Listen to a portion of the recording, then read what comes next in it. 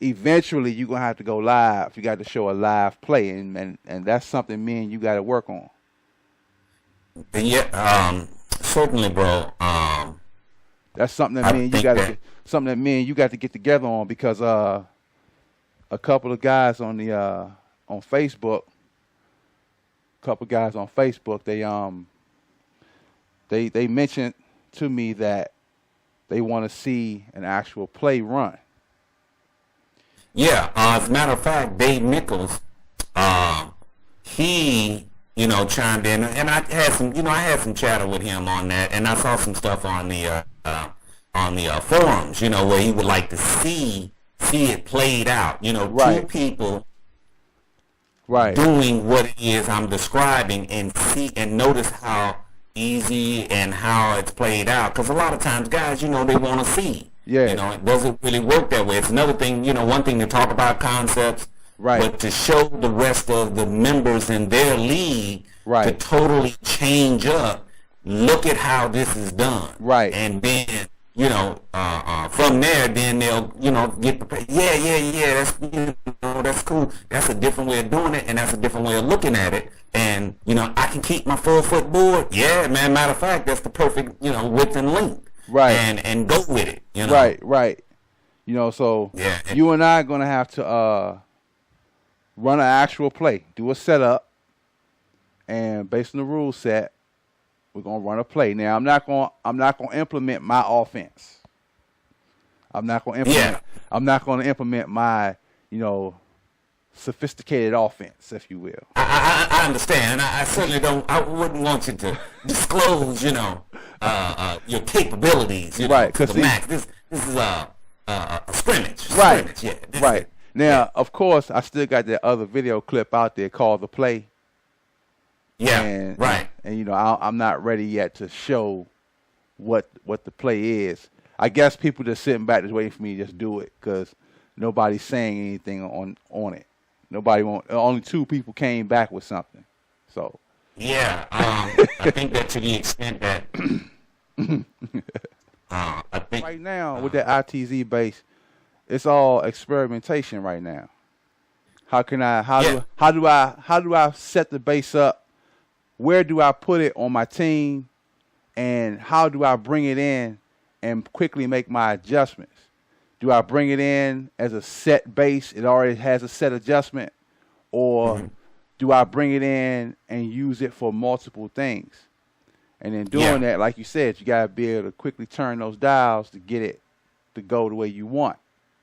Or you have a standard team, and this is one of the things I thought about, was you have a standard team, and for each type of movement, say, a football team has more than just 5 linemen. Right. Okay. Right. You would have, in that particular instance, I have a drive blocking one. Right. I have one that blocks left, and I have one that blocks right. Right. Okay, well, during the setup phase on offense, you, for example, instead of a center blocking left, you have a center blocking right.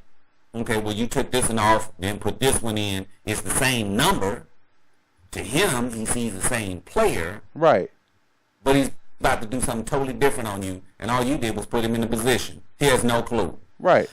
Yeah, that particular type of blocking, or check this out, where the guard on a suspected blitz, okay, from the right side, say you have your left guard peel back, right, as opposed to trying to drive block in empty space. He has a peel back, and picks him up per se. And one of the things I saw on some type of advertisement, or a video of some sort about that ITZ base, was you can set up a pocket. Yeah. The guy said, so the guys draw back and set up a pocket around the passer. Yeah, you can. And I was like, hey, that's beautiful. Yeah. That is beautiful. When you say peel back, in electric football, you're talking about taking your lineman and pulling them back like this here. Yeah. Are you pulling them like that? Is that what you consider peeling back? Because, all you're going to do is put an interference in the way of the suspected blocking a blitzing linebacker on the outside. Okay. You know? So let's say defensively, I take my defensive end, I move my wide like so. Mm-hmm. All right, now my tackle should be able to pick this up. Yeah, that one he would be able to pick up. You know, that one he would be able to pick up. You know, but and if I got, like most blitzer out here, blitzing linebackers, they usually are set to the outside of the tackle. Right here. And they rely on the tackle picking up the end while they blitz. The outside linebacker is coming this way. Right. So you and want what they would do is want that lineman to peel back like this. Right. Peel back and come get him around that outside. Right. Now that's assuming that the nose tackle in a 3-4, right, or if he goes to a 4-3, all of those things are risks that you take. Right. You know, right. See, if it's a 4-3, or you would be able to use a lineman. You want that center to trap down like that. Exactly. Right here. Exactly. You want this guy. Okay. You want this. You want the left tackle, like you said, to peel out, right? Yeah, peel back. Peel back like so. Mm-hmm. You're going to have his base going backwards. Right. And then you're going to have a block is a block. It doesn't care. Same way a tackle is a tackle. And because the left, all you want to do is interrupt him. And because the left guard left, you want that center now to come down. Right, to block down. To block the trap down on that defensive tackle. If this center misses his blocking assignment, exactly, then this DT gonna be able to come right in. Right, and that's only assuming that you believe he likes to play a 3-4 or a 4-3. Right. You know, there's certain schemes you expect him to do on the offensive line that would make that, come to fruition, and that's why it's important. When the defense changes up their audible, you could be looking, you could be staring in the face of a busted play. You know what I mean? Exactly. And you got to now come up with something or call a timeout. You know, just like football. You don't like the formation. You're on the offensive side. You look over and you don't like what you see. Right. Timeout. You know what I mean? Exactly. It plays the same way. Which is why I like those ITZ bases in my backfield. Yeah. Well, see, that's only based upon, and that's one of the things I talk about, that would be you are attempting to hide your play you're going to run from somebody from a defense that's setting up last. Right. In other words, he sees something, but he don't know where you're going to go because the ITZ allows that to happen. Exactly. If you flip the script, then it doesn't matter. Exactly. You'd rather have them on defense rather than on offense because the offense is going to run their play. Right. You want to hide your scheme. Yeah. Right. Now, defensively, if I use an ITZ base, I could put it at safety. I could put it at a corner. If I had those bases, linemen and linebackers. My front seven would totally be occupied with those type of bases if I wanted to, hide them out all the way. But I like the TTC bases because you can snap change them from a circle pattern, which would be like a zone or containment, right, to instantly straight because now he's done something. Now I can go attack it, But the ITZ base as well, all you have to do is just pivot in a certain direction to make it go the way you want to. But you would hide your scheme, I think, better with those type of bases, Yes, than say the other types, Right. My idea, but if I had my set of players and I had to, if I had some of those type of bases, where would I best put them? I wouldn't put them on my offensive line. I would put them on my front seven of my defensive line. Or my front seven of my defense. Right. That's where I would put them. The reason why I would use it as safety, especially as safety, I can use it to mask coverages. Oh, you know what? That's sure enough slick too. Yep. Cause Yeah. as you see my safeties now, right? Yeah, because they move. Yeah, them things move laterally. They can go laterally, vertically, and diagonally, right?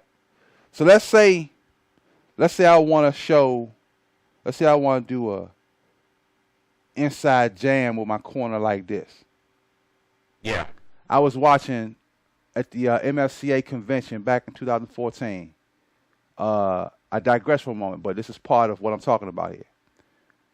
Adrian Baxter's corner had blitzed the quarterback to win the game, to win a playoff game in that convention. Yeah. So when I saw that blitz, and by the way, I saw the blitz in my viewfinder. It came, the corner came out of the viewfinder and went to the quarterback. It took everything out of me to keep from like shaking the camera and jumping up and down, man. Because the corner came out of nowhere, right to the quarterback. Yeah. So I said, wow, man, I could have a corner set on a looping speed diamond base. My opponent would think that I'm covering the receiver. He would think that my outside leverage. Right, he would think my corner is going to go this way to attack the receiver, right? But really, I'm setting that corner back to blitz. And it's hidden perfectly. Right now, let's say I got my my Cam Chancellor safety right here. He's on a right now he's on an invisible base right now. But let's say I got him on the ITZ base. Yeah. The ball comes on, the corner goes to blitz, while the safety does this. Yeah, rotates over. Have him roll coverage like that. Yeah. Now this blitz is gonna have to be fast. Yeah. Because it's so hidden that he's always gonna come untouched. Right. That's why I would want to. That's why I was considering looking at maybe safety play or defensive back play. I you know what, man? Now that you think about that, that would be cold too. I like them on those. Yeah, to rotate coverages. Right. You know, or and then your scheme is hidden from the offense, from the coverage aspect. I like that. Right. I do. Or I could do show blitz, right? Yeah. Have my corner also offset. Mm-hmm. He backs out diagonally like this while the corner blitzes. Mm-hmm. Using ITZ dial. Using ITZ dial base and buzzball speed diamond bases combined. Yeah. That's something that I'm cooking something up with that too. Trying to find a coverage scheme, a zone blitz scheme, if you will. Yeah. Using the ITZ gear base. Sure. That you see right here. And that's part of the reason why it is. Now that I think about it, I would love those more on defense than I would on offense. Yeah. Yeah, because then you can really hide a scheme. Right, the base is so versatile, really. You know, you can put it pretty much on any player you want. Yeah. You know, if you I think that for the most part, you know, as it relates to, you know, its ability to move vertically along the line or horizontally along the line of scrimmage, can put him in the proper position to make, you know, the second part of a play. Right. That's where those would really, you know, those would be, you know, kind of cool. Uh-huh. On the offensive side of the ball, because, you know, the offense acts last. Right. Then, you know, TTC, rookie bases, for example, on your backs. Uh-huh. Those are where those type of bases would really be cool, because you know what your play is going to be, you know. Exactly. And you have an idea of, you have to audible what something is going to be. Right. But those ITZ bases on the defense, oh man, that would be something. That would truly be something. You don't even have to, you know, you ain't got to tweak them to death. You just put them on there, and they got to figure out. You know, the offense has to try and get to you, right, to make certain things happen, and they don't know what your scheme is based upon your alignment. They have no idea what you're coming with. So that would be something that I would think would be real cool with those type of bases. How about a Tampa 2, right? Where, okay, you got the middle linebacker, so you step your linebackers up. Now your scheme, now your rule set says you can't stack. So I got to move my linebackers out like this, right? Mm-hmm. Okay. Now, Tampa 2, the middle linebacker drops back into coverage with the safety. Sure. Right? Right. Okay. So let's say I got that middle linebacker on an ITZ base. In fact, I stepped the middle linebacker all the way up into, way up to the A gaps, to both A gaps here over center. This is really the zero technique actually over the center.